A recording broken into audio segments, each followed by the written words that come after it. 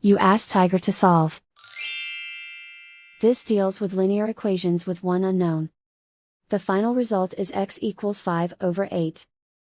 Let's solve it step by step. Simplify the expression. Group like terms. Simplify the arithmetic. Group all constants on the right side of the equation. Add 5 to both sides. Simplify the arithmetic.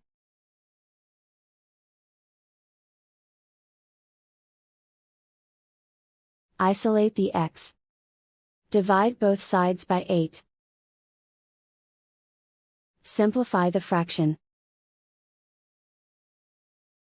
And so the final result is x equals 5/8.